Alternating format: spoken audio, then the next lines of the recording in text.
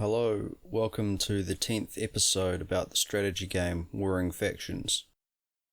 This is the first video of the intermediate series where I will show you how to expand from the homeworld into the civilization, which is the whole solar system.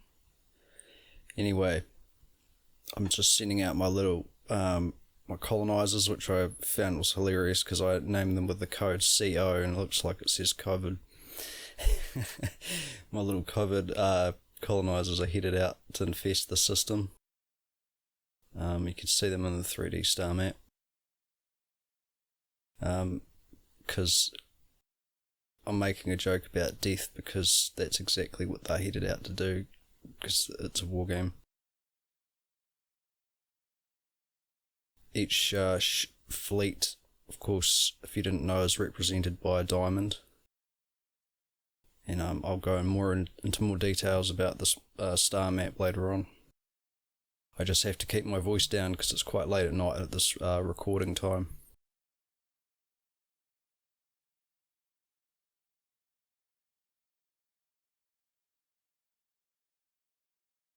Checking the cargo in my own colonizer fleet, I've got all this the colonists that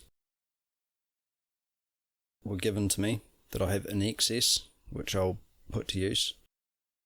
And I'm just quickly messing around counting up how many colonizers I need to move them, what groups, how many in each group. So because if I divide my entire population into 6, I get 450,000. So then I need to check how many citizens my colonizer can carry and then divide that total number by the colonist capacity, which is pretty straightforward. And that will tell me how many colonizers I need for each planet.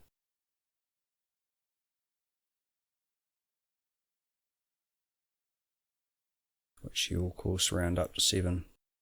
And colonizers can carry resources, so there's no need to build transport ships. They're actually colonizers are slower than transport ships, but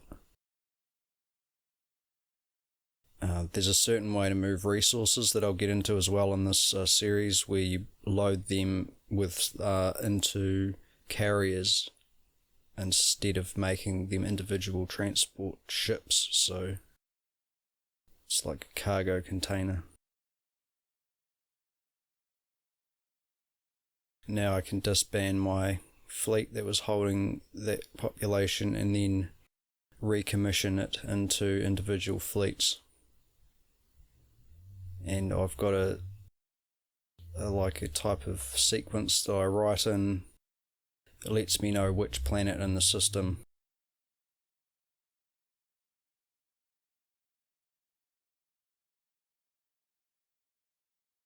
the planet number 0 has been renamed, so that's 00, and the homeworld is planet number 2, so I skip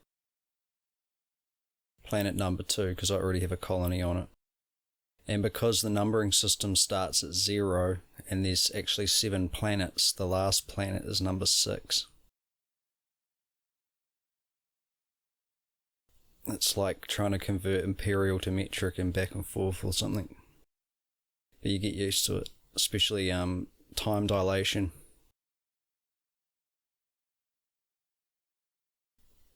So I've jumped forward to the part where I have finished making all these fleets, and now my colony is going to get the result of a mathematical sum that tells me what to do with it now, and that's as simple as it is, which is it's like creating a Mad Max. That makes sense. So yeah, it doesn't need all this stuff, but I still want to keep the scientists there just because I don't want to create any bugs by getting them destroyed. So just manually check that there's no ongoing projects before I tear them down.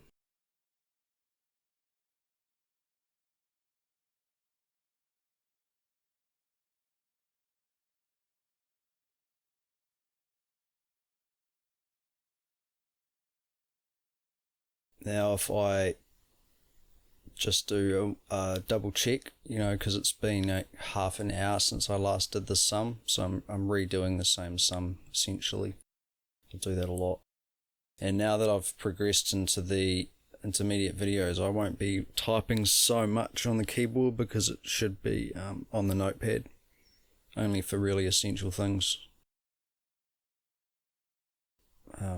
But here is another extremely frustrating manual job that has a script for it, but I couldn't be bothered finding the right script and learning how to use it before I could have just done it manually.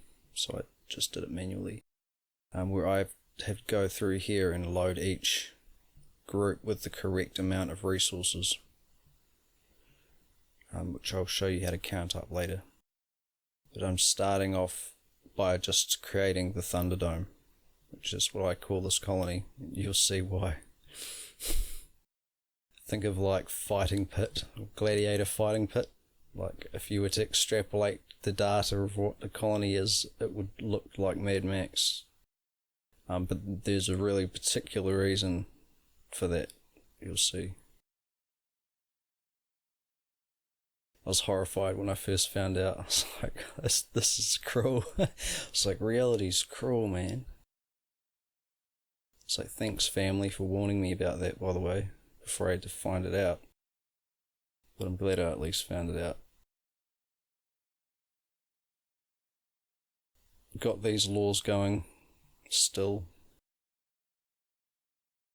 And now, just to get the ball rolling, I'm going to switch it to the next index development, which is industrial, and make everybody poor.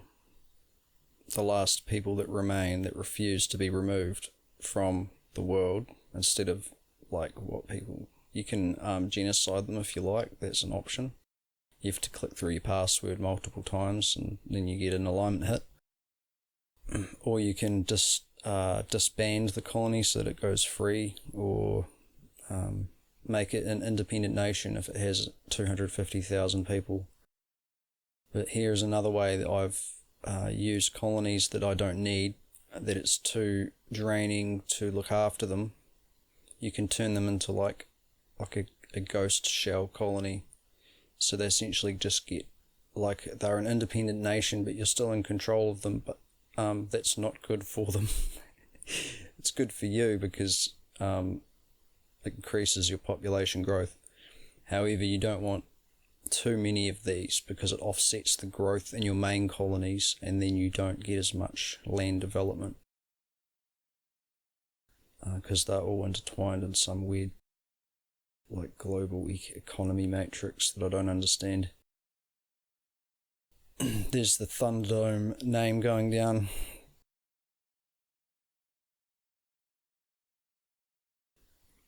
Everything like it's a total free for all down there, and there's a whole pile of resources, and everybody's poor. So I just checked before I did this audio. It's like everywhere the colony past this video is, everybody is, unemployment went away, but crime increased, and there's a steady amount of sickness, and there's no happiness. So it's like everybody's employed in gangs. That's essentially what it translates to. And yeah, the people who aren't doing very good. It's because there's no wealth, and then everyone goes into survival mode and has lots of kids because that's a function of survival. Sexual humour is based on experiencing trauma because like they're intertwined in the brain as a fight and flight reaction. So that's why if you saw one of my videos of my memes, it has some erring on the side of sexual content, because if it isn't looked at humorously, something's wrong. Because if you're not feeling up down with the mating game, then doesn't lead to general well-being in your thought health. So you can get drawn away into games and stuff, but as long as you keep one blue pill in one pocket and one red pill in the other, that's how I live anyway. So I'm like Humpty Dumpty sat on the wall. It's kind of how it's been feeling lately. And I'm just doing the calculation for how many people this market actually mauls up. What I do is multiply that by, what was it? I checked the requirements for 6 mauls, which was enough to maul up each colony, and then multiplied it by 6 to get 600, which means that after other expenses taken out, the total population limit that will be reached with these resources is 2 million, or 2 to 2.5 million, before I have to restock the colonies with resources. So I'm trying to project, I'm doing all the work now to project what's gonna happen in the colony, because I'm not planning on doing anything with them except for making them like paradise. See, there's like one shithole here, and then all the other colonies are like gonna be, what you'd call like trying to compare a third world country to a first world country. And but here I have to physically go and load every single one, but that's the thing, if you don't like maths you won't like warring factions. So that's probably why we don't have many players, because most people that are good at maths are employed and too busy to play the game. So you gotta have a exceptional level of attention to detail to a degree in order to play this game, to maintain an attitude where you keep learning, because you never really will finish learning, because it is a simulation. It doesn't have a fixed outcome. So it can be, you could just, real life could take a sideline to the game, which is what I'm saying about keeping in touch with the real world. And that's coming through looking at shit like this that I've made. Look at this colony, and I'm like, yeah, it's perfect. Like they're gonna be poor, and I'm checking the size it's got, and like everything's just like how I've been practicing all these other times. Like they had this coming. So I don't know how else to put it, because this is a role-playing game. You've got to put your head in the game a bit to solve these problems, but not let it affect your judgment calls in the real world, because it's just to show you the worst case scenario. This is just a worst case scenario simulator. You could call it like that. Yeah, kind of like how you feel your life is sometimes. You're like,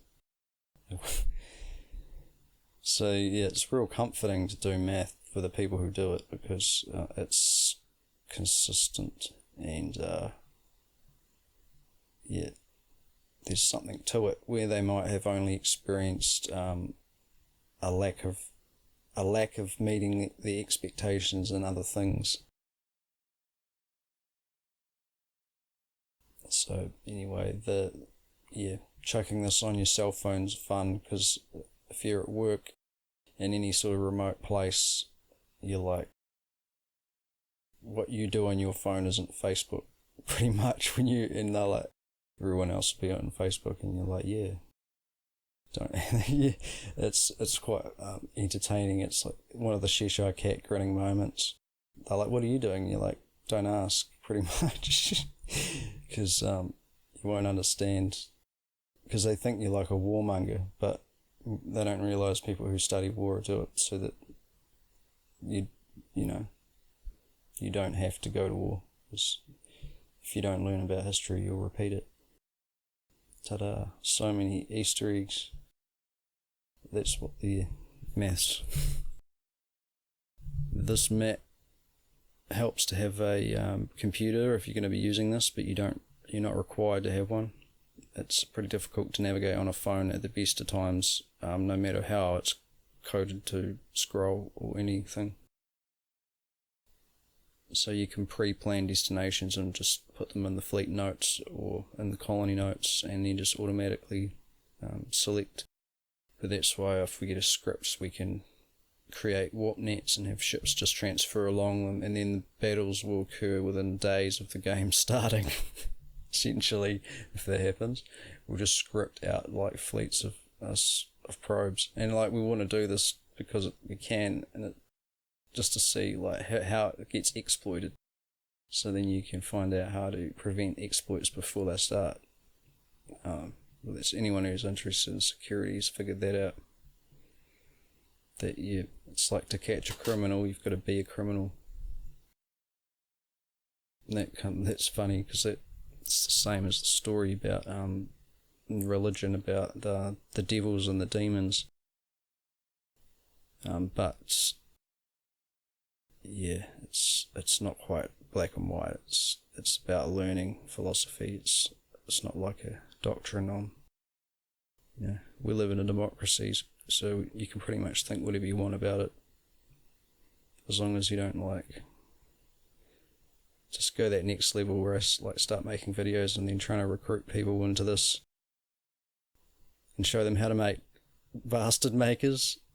This is the bastard maker 9000, this colony, Thunderdome. Thanks for listening to the video. I hope you found it entertaining. I find them entertaining to make. Cheers.